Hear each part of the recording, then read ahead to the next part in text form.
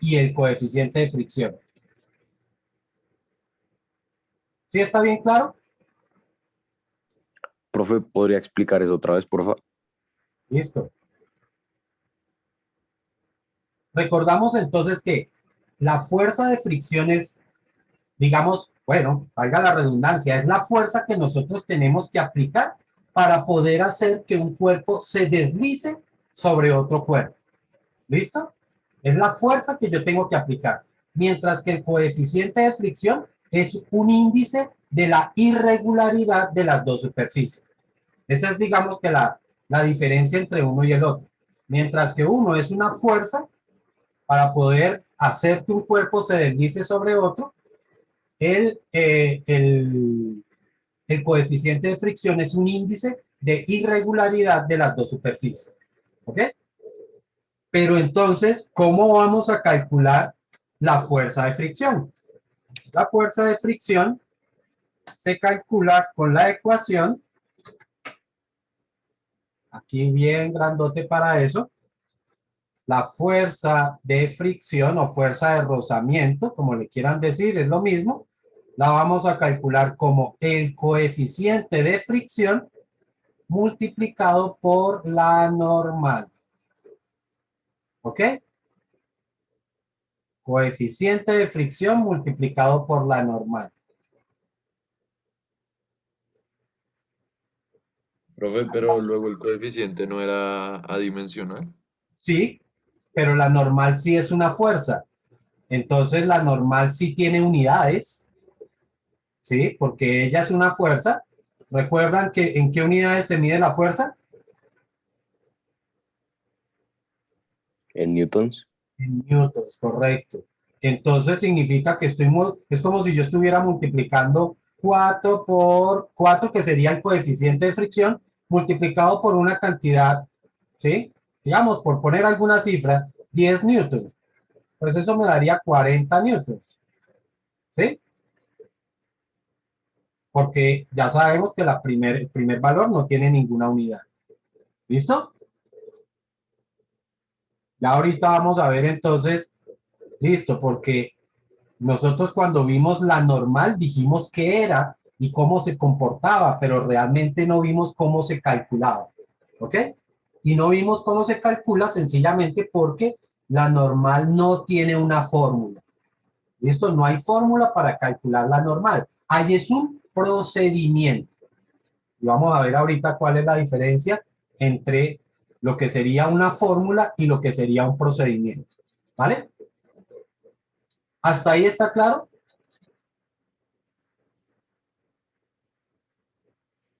Listo. Profe, esa como M que usted puso ahí significa coeficiente de fricción, ¿verdad? Señor, pero ¿cómo dije yo que se llamaba esa letrica? Mu.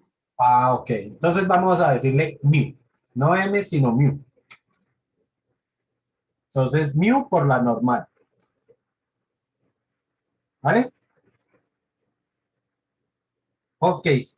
Dentro de las otras fuerzas, nosotros habíamos dicho entonces que íbamos a tener en cuenta, la primera fuerza que íbamos a tener en cuenta siempre iba a ser el peso. ¿Ok? Entonces ya vimos todo sobre el peso. Que dijimos además que lo calculábamos como masa multiplicado por gravedad y que lo representábamos con la letra W. Normalmente se utiliza es una W minúscula. Dijimos también que esa fuerza estaba dirigida hacia abajo. La segunda fuerza que nosotros vimos fue la normal. Y dijimos que esta fuerza era una fuerza que se producía entre superficies en forma per perpendicular. Perpendicular a la superficie.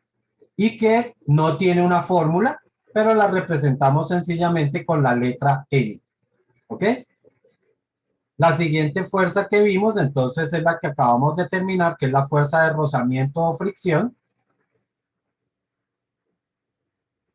Entonces, que esta fuerza, pues básicamente la representamos como una F con una R, ¿sí?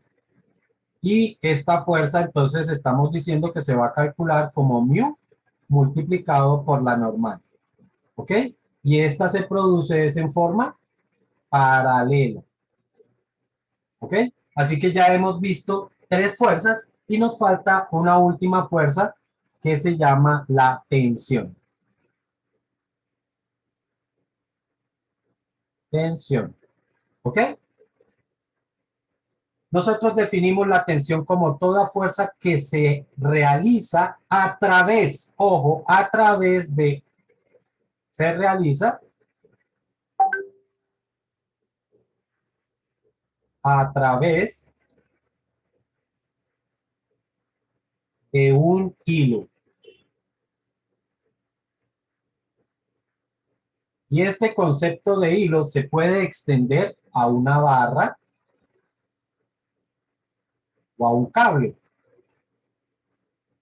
¿Listo? Sin embargo, ¿por qué se habla de hilo y por qué no se le dice barra o se le dice cable si al fin y al cabo puede ser cualquiera de ellos? Porque resulta que ese hilo debe cumplir unas condiciones ideales. Ese hilo es una condición ideal. Ya en la sesión anterior les había hablado de esas condiciones ideales. Y por ejemplo, les había dicho que en física un objeto existe si tiene masa, ¿cierto? Solamente para la física, solamente existen los objetos que tienen masa. Si no tiene masa, no existe. Sin embargo, este es un caso bien particular porque resulta que nuestro hilo no tiene masa, ¿ok? Entonces, las condiciones ideales para el hilo son que no tiene masa.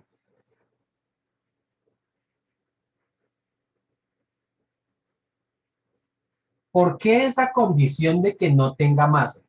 Claramente, si yo estuviera hablando de una barra o de un cable, comparado con un hilo, pues la barra la consideramos mucho más pesada, ¿cierto? Que lo que podría ser un hilo. Lo mismo pasaría un cable. Un cable, aunque no es tan pesado como una barra, pero sí lo consideramos que pesa más que lo que pesaría un hilo. Por eso es que en general se dice que es un hilo y no estos otros elementos, a pesar de que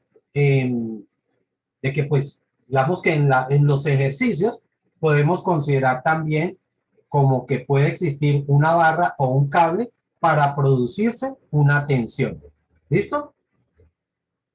¿Por qué, ¿Por qué es importante considerar que el objeto no tiene masa o ese hilo no tiene masa? Claramente, si un objeto tiene masa, pues cuando yo voy a levantarlo, pues tengo que hacer una fuerza, ¿cierto? Si tiene masa, para poderlo levantar, yo tengo que realizar una fuerza. La idea de que este objeto no tenga masa es que toda la fuerza que yo genero se va a transmitir al objeto, ¿ok? Esa es la intención de que no tenga masa, que la fuerza aplicada, que la fuerza aplicada lógicamente a través del hilo se transfiere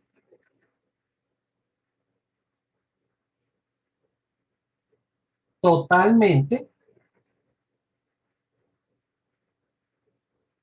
al objeto. Esto va a implicar una cosa bien particular y es que todos los puntos del hilo presentan la misma tensión. Esta condición implica que todos los puntos del hilo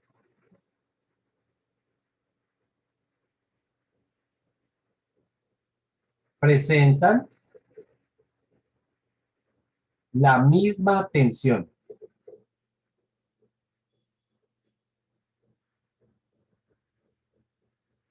¿Ok? Esto es muy importante, pues, para que nosotros podamos hacer análisis y conteos de las fuerzas, ¿sí? Porque lo que yo les decía, si yo digo que aplico una fuerza de 10 newtons, ¿sí? La idea es que si yo aplico esa fuerza se va a transmitir completamente al objeto. y no hay desgastes, por ejemplo, levantando la cuerda. Ya sabemos que si yo tengo que levantar una cuerda realmente pesada, entonces yo parte de esa fuerza que estoy aplicando, pues la estoy gastando en solamente levantar la cuerda. Pero el hecho de este hecho ideal, pues va a implicar que la fuerza que yo aplico, pues se gasta completamente en hacer mover al objeto y no en hacer mover a la cuerda. ¿Listo? Primer condición ideal. Segunda condición ideal. La cuerda es inextensible. Es inextensible.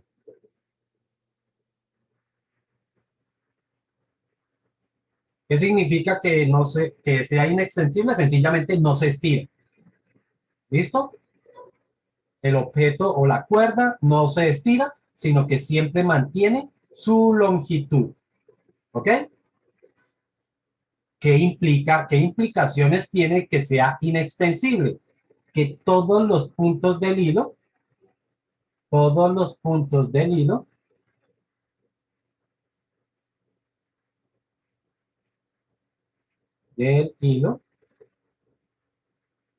se mueven exactamente igual.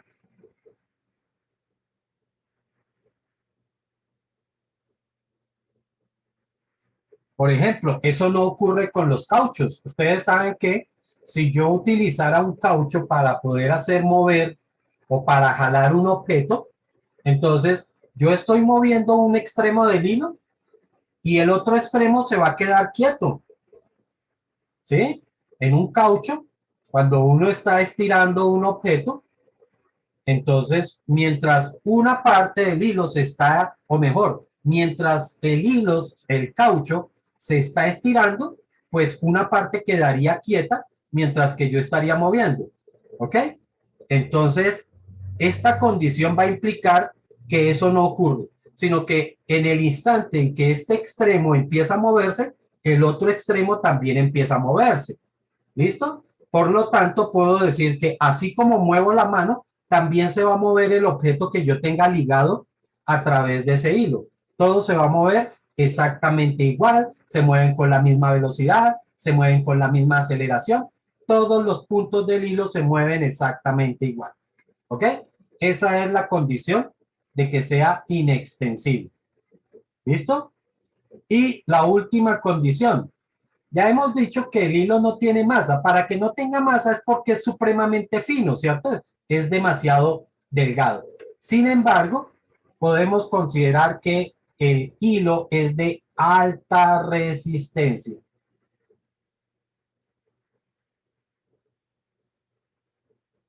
¿Ok? Eso quiere decir que vamos a poder aplicar fuerzas relativamente grandes a través de ese hilo sin que él se parta. ¿Listo? O por lo menos va a soportar una gran fuerza, que yo pueda aplicar una gran fuerza antes de que se parta. Lógicamente, por allá plantearemos situaciones donde vamos a ver que el hilo se va a partir. Así de sencillo, se va a partir. Pero va, de todas formas, siendo tan delgadito, va a poder aplicar, o voy a poder aplicar a través de él, unas fuerzas relativamente grandes. ¿Hay alguna pregunta hasta ahí o no hay? Profe, o sea que ese hilo no puede ser ni cualquier barra ni cualquier cable, ¿no? Claro, no puede ser, no puede ser. De hecho, en la práctica, pues, digamos que hay ciertas máquinas que pueden utilizar cables, por ejemplo, un ascensor, ¿cierto? Utiliza unos cables y en la práctica las mediciones que se tienen que hacer para poder determinar la potencia que debe tener el motor para levantar el ascensor, pues debe tener en cuenta el peso de ese cable, ¿sí? En la práctica toca hacerlo, toca hacer la medición de ese peso, porque de ahí también va a depender la fuerza que tenga que realizar el motor para poder hacer subir o bajar el ascensor, ¿sí? Más cuando tenemos edificios que pueden ser de 40, 50 pisos, pues primero tiene que ser un cable eh, considerablemente resistente, y para que sea tan resistente tiene que ser pesado, ¿cierto? No puede ser liviano.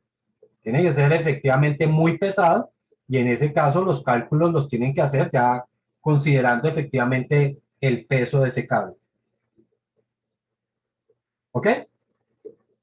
Pero nosotros, digamos que en nuestros problemas nos vamos a obviar esa condición. ¿Alguna pregunta está ahí o no hay preguntas de esas fuerzas? No hay preguntas. Listo.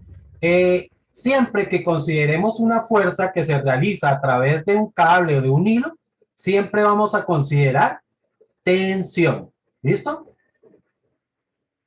Bueno, el siguiente tema que tenemos que ver es lo que son los gráficos de fuerza, que a eso se le llamaba sencillamente diagramas de cuerpo libre.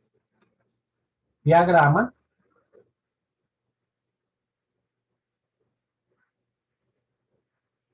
de cuerpo libre.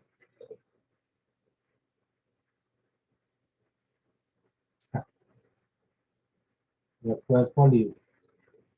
El diagrama de cuerpo libre no es otra cosa que un dibujo donde se representan todas las fuerzas que se aplican sobre un cuerpo. ¿Ok? Diagrama, o mejor, gráfico,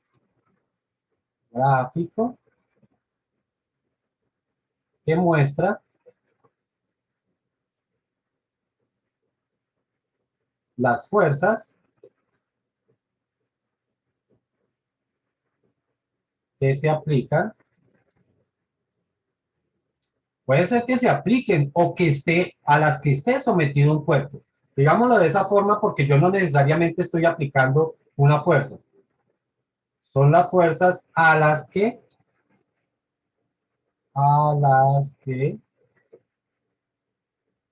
se ve sometido un cuerpo. ¿Ok? Esas fuerzas, importante entender que estas fuerzas siempre las vamos a representar a través de vectores. Esas fuerzas van a ser vectores. Y ya sabemos que los vectores, pues sencillamente son una serie de flechas, ¿no? Por lo menos gráficamente, las representamos es como flechas. ¿Está claro? Entonces, vamos a ver diferentes situaciones y cuáles serían los vectores o cuáles serían las fuerzas que tendríamos que incluir en esos diagramas de cuerpo libre. Siempre vamos a tener en cuenta estas 4 fuerzas de las que hemos hablado: peso normal, fuerza de fricción y tensión. Siempre y cuando existan y de acuerdo a la condición que hemos visto de cómo se presenta cada una de ellas. ¿Ok? La primera fuerza que siempre vamos a tener que pintar es el peso. ¿Ok? ¿Por qué? Ya lo hemos dicho, porque si el cuerpo existe, debe tener una masa, y si tiene masa, pues va a tener un peso. ¿Ok? Entonces, primer situación, tenemos una mesa y sobre esa mesa tenemos un objeto. ¿Ok? Entonces, ¿qué fuerzas estarían aplicando aquí? Tendríamos siempre el peso. Y recuerden, el peso siempre va a estar dirigido hacia abajo. Siempre tendré que pintar una flecha dirigida hacia abajo. ¿Listo? Voy a utilizar otro colorcito para que vayamos identificando. Y entonces aquí tendríamos el peso. ¿Ok? ¿Qué otra fuerza estaría aplicándose ahí? Como el peso, o mejor, el objeto está reposando sobre la mesa, entonces la mesa tiene que ejercer una fuerza que va dirigida hacia arriba. ¿Cómo es que llamaríamos esa fuerza? ¿Cómo se llama?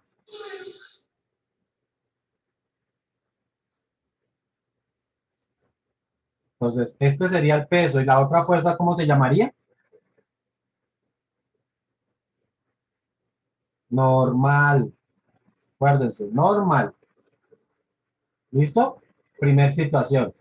Segunda situación. Recuerden que yo les dije que esta simbología que hacemos así indica o un techo o una pared. Y tengo aquí una lámpara colgando. Bueno, vamos a pintarla que parezca más una lámpara.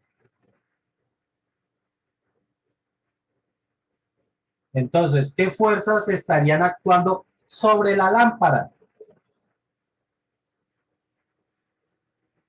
Peso. Siempre el peso, correcto. Siempre empiezo con el peso. Ya sabemos, W.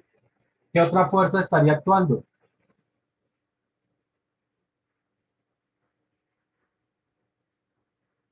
No sobre el techo, sobre la lámpara. Estoy hablando a la lámpara. ¿Qué es lo que evita que la lámpara caiga? El cable. El cable, o sea, la tensión. Correcto. Y para que no caiga es porque se opone a ese peso, ¿cierto? Por lo tanto, sobre la lámpara tendríamos esta otra fuerza que sería nuestra tensión. ¿Ok? Veamos otra situación. Ahora yo tengo, upa, voy a hacerlo con dibujos de acá para que no eso no quede tan torcido que me das pena ya.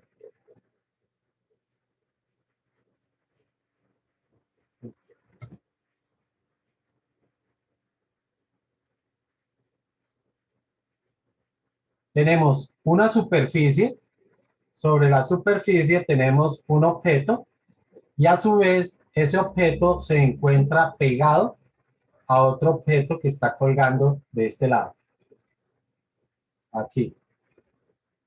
Entonces, tenemos un hilo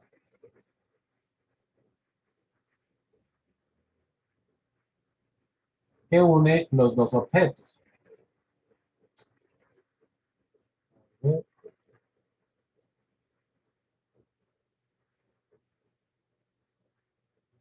Consideremos entonces para los dos objetos las fuerzas que se están aplicando. Entonces, para el objeto que se encuentra sobre la mesa, ¿qué fuerzas estarían actuando? Siempre el peso, ¿no? Fricción. Listo, entonces, esperen a ver si puedo hacer esa flechita derecha porque uy, tiene que ser bien dirigida hacia abajo. Ok, esta sería nuestra primer fuerza que tendríamos. El peso hacia dónde lo tengo que dibujar. Perdón, la fuerza de rozamiento, ¿hacia dónde la tengo que dibujar? Hacia arriba, hacia abajo, hacia la derecha, hacia la izquierda, ¿qué dicen? Hacia la Hacia la derecha. izquierda. Hacia la derecha, o sea que la pinto hacia acá, ¿sí? Sí, Acuérdense que dijimos que la fuerza de rozamiento se opone al movimiento. Si la fuerza de rozamiento se opone al movimiento, yo tengo que pensar mejor hacia dónde se va a mover el objeto. Ese objeto, la única forma de moverse sería moverse hacia la derecha. Por lo tanto, si la fuerza de rozamiento se opone, tiene que ser en sentido contrario. Eso quiere decir que la fuerza de rozamiento la tendremos que pintar en este sentido. Es decir, hacia la izquierda. ¿Ok? Luego tendríamos la normal perpendicular a la superficie. Y por último, tendríamos la tensión. Y ahí estarían las cuatro fuerzas que estarían afectando a ese cuerpo. Para el segundo cuerpo, es decir, el cuerpo que está colgando, ¿qué fuerzas tendríamos?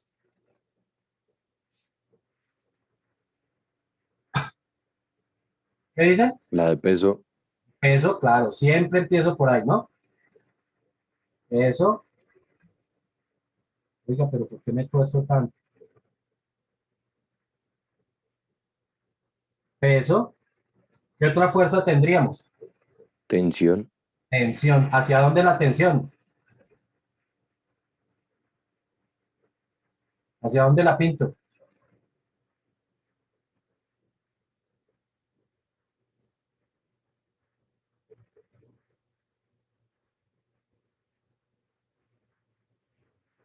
Para entenderlo claramente, supongamos que todavía eso no empieza a moverse. Entonces, ¿qué es lo que evita que el cuerpo caiga?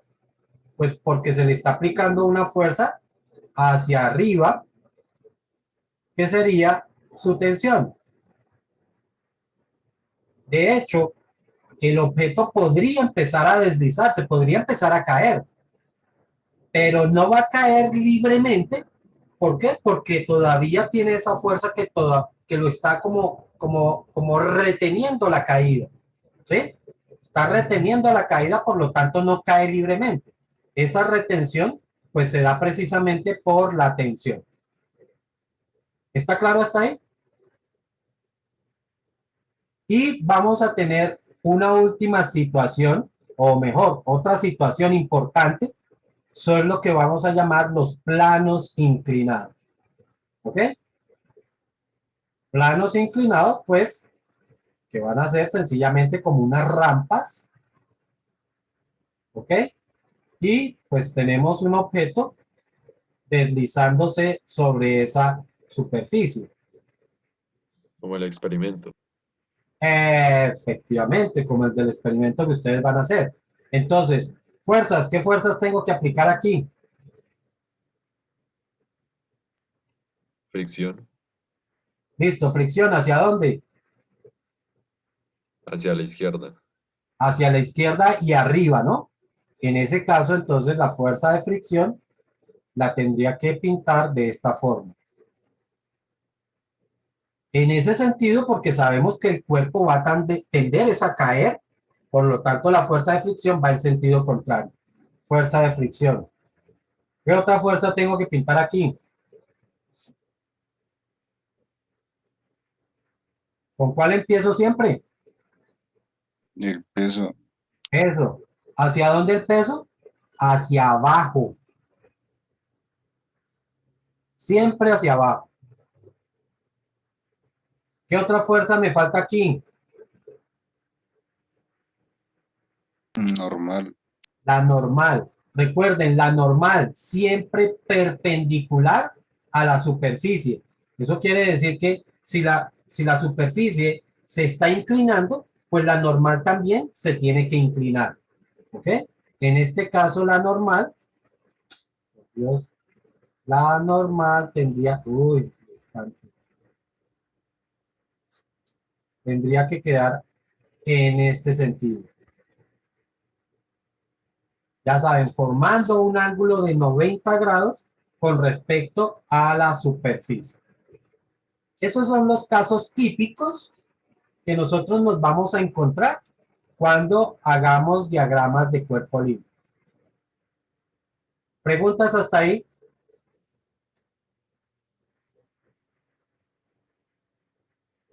Bueno, recordamos que en teoría de fuerzas, pues las magnitudes o las fuerzas mejor son vectores. Y como tal, cuando vayamos a hacer sumatorias de estas fuerzas, tenemos que hacer sumatorias vectoriales. ¿Ok? Y yo les recuerdo a ustedes que las sumatorias vectoriales se hacen por componentes. Entonces, significa que nosotros vamos a tener componentes, o mejor, sumatorias de fuerzas en el sentido vertical y vamos a tener sumatorias de fuerzas en sentidos horizontales. ¿Listo? Pero, ¿cómo van a ser esas componentes verticales y horizontales? Resulta que no siempre nosotros, digamos que estamos acostumbrados a que nuestros ejes de coordenadas siempre van a quedar de esta forma, ¿cierto? Donde este es el eje X y este es el eje Y. Entonces, siempre estamos acostumbrados a que nuestros marcos de referencia los vamos a pintar de esa forma. Sin embargo, no siempre lo vamos a hacer así. ¿Ok? Y aquí es muy importante que ustedes lo tengan en cuenta. Los marcos de referencia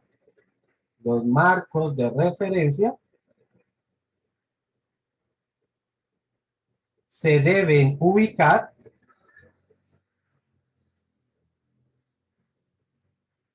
de tal forma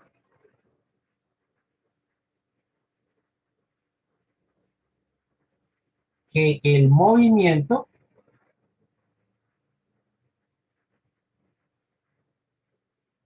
coincida con uno de los ejes.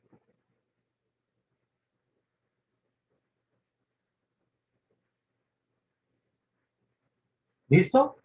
Esa siempre es la forma de colocar el marco de referencia, de tal manera que el movimiento coincida con uno de los ejes. ¿Eso qué me va a garantizar? Que si se mueve en el sentido del eje horizontal, no se mueve en el sentido vertical. ¿Ok? Si se mueve en el sentido horizontal, no se va a mover en el sentido vertical. Y lo mismo, si se mueve en sentido vertical, no se mueve en sentido horizontal. ¿Está claro eso?